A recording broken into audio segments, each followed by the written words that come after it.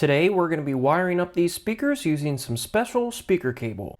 I'm using this flat 16 gauge wire. It's 100 feet long. The purpose of this is, or the idea of this is that because it is white, you can run it along your baseboard around door trim and it will not be as noticeable as round speaker cable. And as you can see, it's also very thin. This is the first time I'm using flat speaker cable. This is 16 gauge, which normally with round speaker cable, you can use something like this and strip the insulation off of the copper that way. But I found that in the first attempt that I did this, that did not work very well because this is flat. So what I actually ended up doing is just using the flat cutting part here to kind of cut through the insulation to get the insulation off. And also, you want to be mindful of the polarity. In this case, we will use the side that says Crutchfield on it and the labeling. We will use that as the positive. Okay, so there you can see I removed just a little bit of that insulation, and now we're going to put it into the terminals. Okay, so now we have our wire properly terminated in there.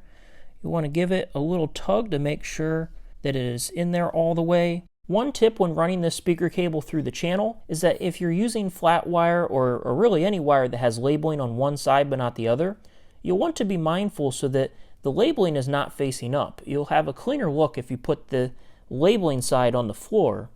So I'm going to, you can simply just, twist it if you have it going the wrong way. This particular 16 gauge flat speaker cable fits in this channel just perfectly. So here's what it looks like with the speaker cable coming out of the stand.